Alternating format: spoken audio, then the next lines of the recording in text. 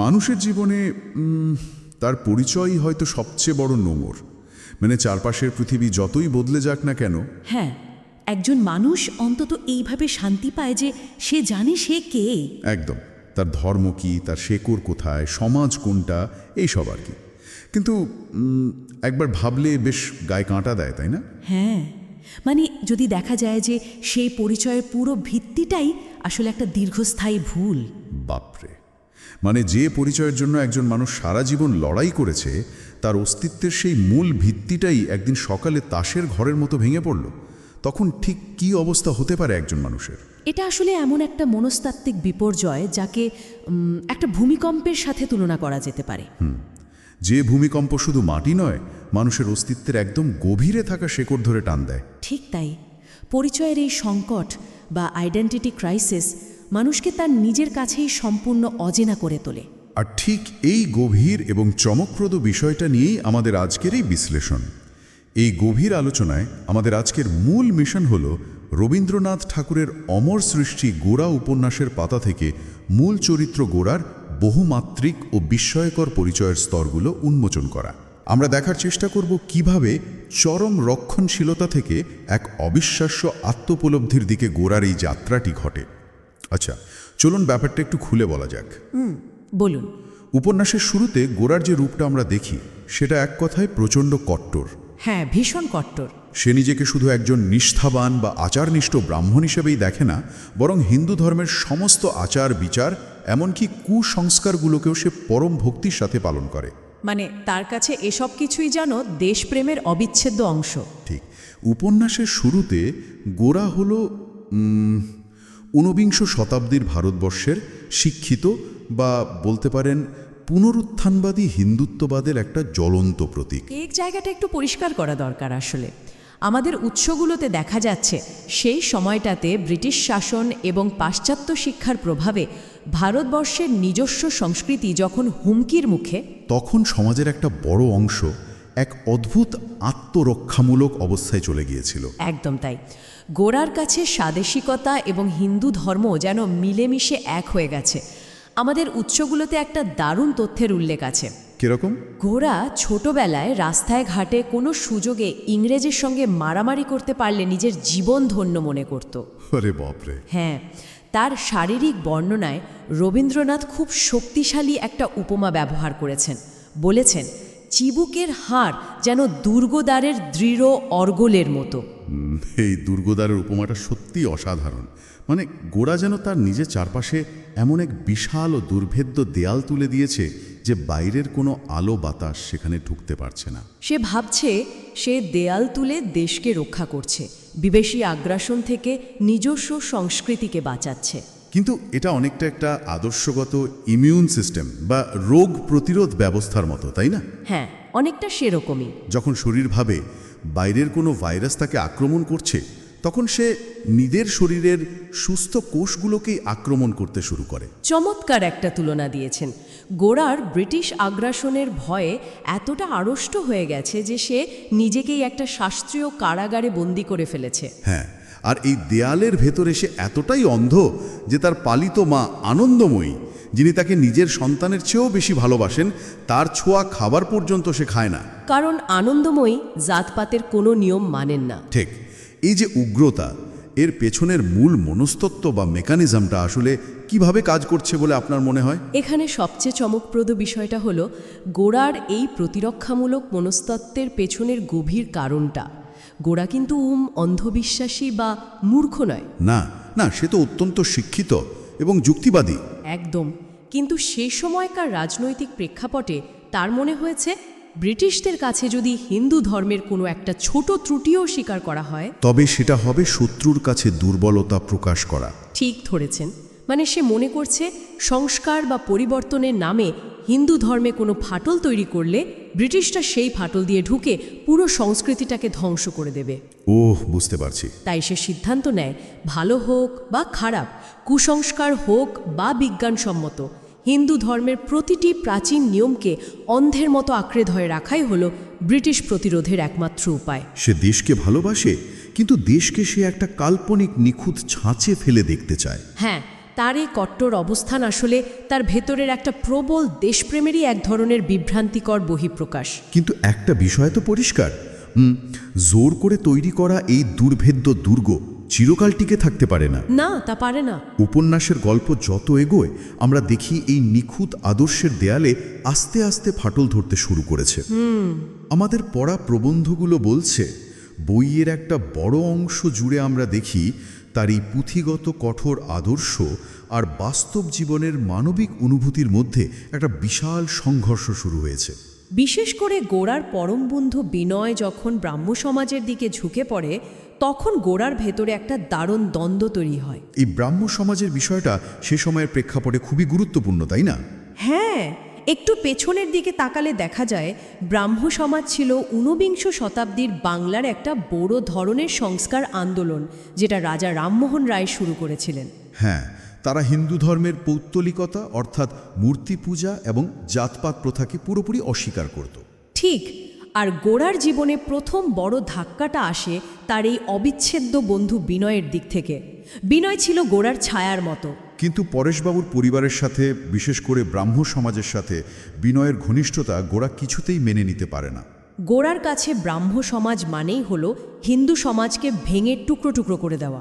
মানে তার চোখে ব্রিটিশদের বিরুদ্ধে যখন সমস্ত হিন্দুদের একজোট হওয়া প্রয়োজন, তখন ব্রাহ্মরা যেন ঘরের ভেতর থেকেই বিভেদ তৈরি করছে। তার মানে গোরার কাছে এটা শুধু ধর্মীয় মতপার্থক্য ছিল না, এটা ছিল এক ধরনের জাতীয় বিশ্বাসঘাতকতা। একদম।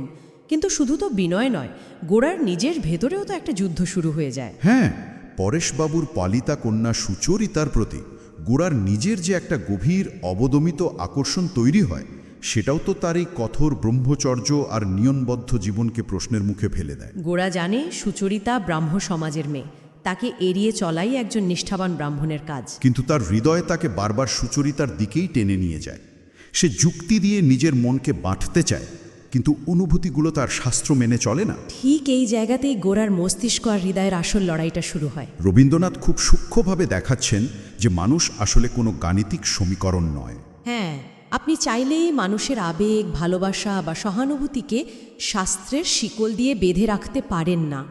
সুচরিতার প্রতি গোরার এই টান আসলে তার মানবতাবাদী সত্তারই একটা প্রকাশ, যা তার ভেতরের কট্টর ব্রাহ্মণকে চ্যালেঞ্জ করছে। একদম তাই।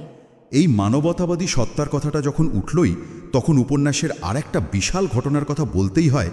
সমাজ বা রাজনীতির যে রূঢ় বাস্তবতা, সেখানেও গোরার পুঁথিগত আদর্শ একটা বড়সড় ধাক্কা খায়। হ্যাঁ, নীলকর সাহেবদের ঘটনাটা। হ্যাঁ, আমাদের সূত্রগুলো বলছে গ্রামের সাধারণ মানুষের ওপর নীলকর সাহেবদের অত্যাচার দেখে গোরা এতটাই ক্ষুব্ধ হয় যে প্রতিবাদ করতে গিয়ে সে ম্যাজিস্ট্রেটের সাথে বিবাদে জড়িয়ে শেষ পর্যন্ত জেলেও যায়। এই জেলের ঘটনাটা গোরার জীবনের একটা বিশাল টার্নিং পয়েন্ট।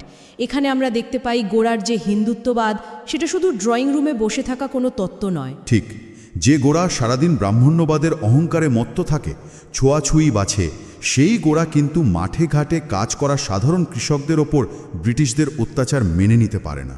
সে গরিব শোষিত মানুষদের জন্য নিজের সম্মান, নিজের ভবিষ্যৎ বাজি রেখে লড়ে যায়। এর মানে হলো তার ভেতরে দেশের মানুষের জন্য একটা সত্যিকারের নিখাদ ভালোবাসা লুকিয়ে আছে। কিন্তু এখানে আমি একটু আটকাতে চাই। আমার একটা জায়গায় বেশ বড় রকম খটকা লাগছে। কী রকম খটকা? একটু গভীরভাবে চিন্তা করলে দেখা যায় গোরা একদিকে পুরো ভারতবর্ষকে ভালোবাসার কথা বলছে, শোষিত কৃষকদের জন্য নিজের জীবন বাজি রেখে জেলে যাচ্ছে। হ্যাঁ, আবার অন্যদিকে সেই একই গোরা জাতপাতের নিয়ম মেনে সাধারণ মানুষের, এমনকি মুসলমান বা তথাকথিত নিচু জাতের মানুষের ছোঁয়া খাবার পর্যন্ত খাচ্ছে না। সে তাদের সাথে বসে এক গ্লাস জল খেতে রাজি নয়। এই যে স্পষ্ট বিভাজন, এটা কি গোরার নিজের আদর্শেরই চরম স্ববিরোধিতা নয়? মানে সে একটা বিমূর্ত দেশমাতৃকাকে ভালোবাসে, কিন্তু দেশের আসল রক্তমাংসের মানুষকে সে ছুঁতে পারে না। এটা অত্যন্ত চমৎকার একটা পর্যবেক্ষণ। এই স্ববিরোধিতাই হলো গোরার চরিত্রের সবচেয়ে বড় ট্র্যাজেডি। আচ্ছা, একটু বৃহত্তর রাজনৈতিক প্রেক্ষাপটের সাথে যুক্ত করলে দেখা যায় রবীন্দ্রনাথ এখানে সাম্প্রদায়িক বা কাঠামোগত জাতীয়তাবাদ বনাম প্রকৃত মানবতাবাদের দ্বন্দ্বটি অত্যন্ত নিপুণভাবে তুলে ধরেছেন। মানে গোরার মগজে গেঁথে আছে ব্রাহ্মণ্যবাদের অহংকার আর শাস্ত্রের নিয়ম। হ্যাঁ, সে মনে করে এই নিয়মগুলোই ভারতবর্ষের আসল পরিচয়। কিন্তু যখন সে গ্রামে গিয়ে সাধারণ মানুষের অপরিসীম দুঃখ কষ্ট নিজের চোখে দেখে, তখন তার এই শাস্ত্রীয় জ্ঞান আর বাস্তবতার মধ্যে একটা সরাসরি সংঘাত বেঁধে যায়। একদম, সে বুঝতে শুরু করে শুধু পুঁথিগত বিদ্যা দিয়ে দেশের মানুষকে চেনা যায় না। যাদের সে রক্ষা করতে চাইছে তাদের কাছ থেকেই যদি সে নিজেকে আলাদা করে রাখে, তবে সেই রক্ষার কোনো মূল্য থাকে না। ঠিক তাই, অর্থাৎ গোড়ার ভেতরের মানুষটা ধীরে ধীরে তার ওপরের খোলসটাকে ভাঙার চেষ্টা করছে। আর ঠিক এই দ্বন্দ্বটা যখন একদম চরমে, যখন সে নিজের আইডিওলজি বা আদর্শ নিয়ে ভেতরে ভেতরে এমনিতেই বেশ বিপর্যস্ত, ঠিক তখনই ঘটে সেই চূড়ান্ত বিস্ফোরণ। হ্যাঁ, বাইরের এমন একটা ঘটনা ঘটে যা গোড়ার নিখুঁতভাবে সাজানো পৃথিবীকে আক্ষরিক অর্থে ধূলিসাৎ করে দেয়। উপন্যাসের এই জায়গাটা মানে যে কোনো থ্রিলার গল্পকেও হার মানায়। একদম থ্রিলারের মতোই। চরম সত্যের এই উন্মোচনটা আসে গোড়ার বাবা, অর্থাৎ তার পালক পিতা কৃষ্ণদয়ালের দিক থেকে। কৃষ্ণদয়াল তখন মৃত্যুর শয্যায়। আমাদের মনে রাখতে হবে, কৃষ্ণদয়াল নিজেও একসময় যৌবনে ব্রাহ্মণ সমাজের দিকে ঝুঁকেছিলেন, অনেক আধুনিক ছিলেন। কিন্তু জীবনের শেষ বয়সে এসে তিনি মৃত্যুর ভয়ে প্রচণ্ড আচারনিষ্ঠ এবং কট্টর হিন্দু হয়ে যান। হ্যাঁ, মৃত্যুর ঠিক আগে তিনি স্পষ্ট জানিয়ে দেন যে গোড়া যেন কোনোভাবেই তার শেষকৃত্য বা প্রায়শ্চিত্তের কোনো কাজে অংশ না নেয়, এমনকি গোড়া যেন ঠাকুর ঘরেও প্রবেশ না করে। এর কারণটা যখন সামনে আসে তখন সেটা সত্যি অকল্পনীয় মনে হয়। মানে যে মানুষটি সারা জীবন সবচেয়ে কট্টর হিন্দু হওয়ার অহংকার করেছে, সবচেয়ে বড় ব্রাহ্মণ হিসাবে নিজেকে জাহির করেছে, তাকে বলা হচ্ছে সে হিন্দু নয়, সে ব্রাহ্মণ নয়, এমনকি জন্মসূত্রে সে ভারতীয়ও নয়। ঠিক তাই। জানা যায় 1857 সালের সিপাহী বিদ্রোহের সময় মারা যাওয়া এক আইরিশ দম্পতির সন্তান হলো এই গোড়া। হ্যাঁ, সিপাহী বিদ্রোহের সেই চরম ডামাডোলের মধ্যে গোড়ার আইরিশ মা কৃষ্ণদয়াল ও আনন্দময়ীর বাড়িতে আশ্রয় নিয়েছিলেন এবং সেখানেই গোড়ার জন্ম দিয়ে মারা যান। কৃষ্ণদয়াল ও আনন্দময়ী এরপর এই অনাথ শ্বেতাঙ্গ শিশুটিকে নিজেদের সন্তান হিসেবেই বড় করে তোলেন। এটা একটা বিশাল কনসেপচুয়াল শিফট। একদম। একটু গভীরভাবে দেখলে বোঝা যায় এটা শুধু একটা গল্পের প্লট টুইস্ট নয়। রবীন্দ্রনাথ যেন এখানে রেস, রিলিজিয়ন বা জাতপাতের পুরো ধারণার মূলেই কুঠারাঘাত করেছেন। ঠিক বলেছেন। বিষয়টা অনেকটা কম্পিউটারের হার্ডওয়্যার আর সফটওয়্যারের মতো। বাহ, দারুণ উপমা তো। মানে গোড়া ভাবত তার হিন্দু ধর্ম বা ব্রাহ্মণের জাতটা হলো তার হার্ডওয়্যার, যা সে জন্ম থেকেই পেয়েছে। কিন্তু এখন দেখা যাচ্ছে ধর্ম, জাত, জাতীয়তা এগুলো সবই আসলে সমাজ নামক প্রোগ্রামারের ইনস্টল করে দেওয়া সফটওয়্যার। একদম তাই। একটা আইরিশ বাচ্চাকে যদি ছোটবেলা থেকে বলা হয় সে হিন্দু ব্রাহ্মণ, সে সেটাকেই পরম সত্য বলে মেনে নেবে। হ্যাঁ, এই মেটাফারটা বা রূপকটা দিয়ে গোড়ার এই সফটওয়্যার ক্র্যাশ করার পরের অবস্থাটা চিন্তা করলে শিওরে উঠতে হয়। এক মুহূর্তে গোড়ার জাত, ধর্ম, সমাজ, পরিবার সবকিছু বালির প্রাসাদের মতো ধসে পড়ে। তার এতদিনের লড়াই, তার সমস্ত অহংকার মুহূর্তের মধ্যে অর্থহীন হয়ে যায়। সে জানতে পারে সারা ভারতবর্ষের কোনো মন্দিরের দরজা তার জন্য আর খোলা নেই। সে এতদিন যাদের ম্লেচ্ছ বা অপবিত্র বলে দূরে সরিয়ে রাখত, আজ সে জানতে পারল সে নিজেই সেই ম্লেচ্ছ।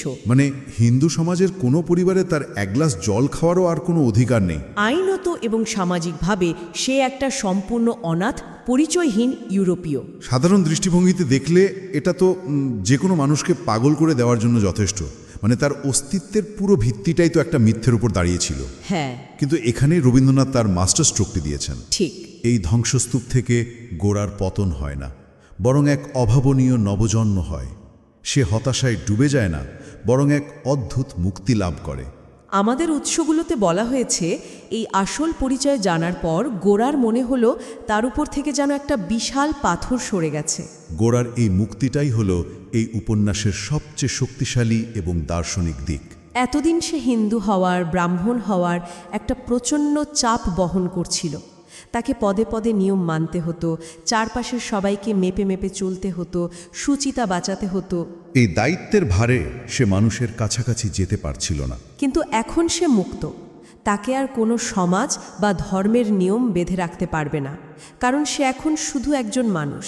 আর এই মুক্তির স্বাদ পেয়েই সে সোজা ছুটে যায় সেই মানুষটির কাছে যার হৃদয় এই পুরো উপন্যাসের সবচেয়ে উদার, পরেশবাবু। গোড়া সোজা উদারপন্থী পরেশবাবুর কাছে গিয়ে তার সেই বিখ্যাত স্বীকারোক্তিটি করে।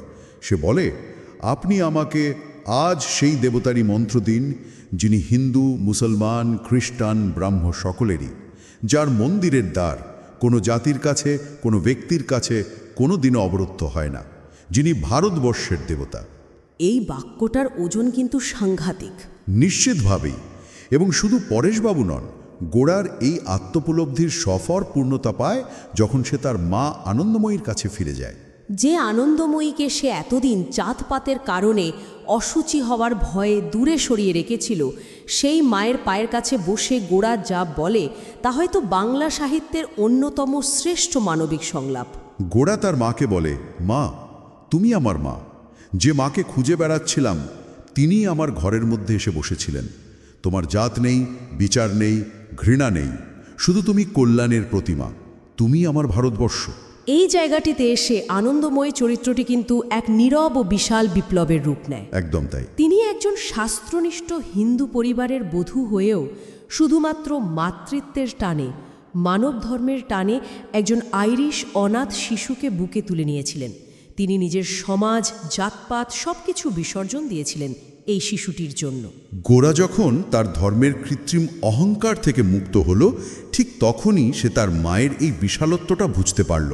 আনন্দময়ী কোনো নির্দিষ্ট ধর্মের প্রতীক নন, তিনি হলেন সেই শাশ্বত উদার ভারতবর্ষের প্রতীক, যে ভারতবর্ষ সবাইকে আপন করে নিতে জানে। তাহলে এই পুরো আলোচনা থেকে আমরা কি নির্যাস পাচ্ছি?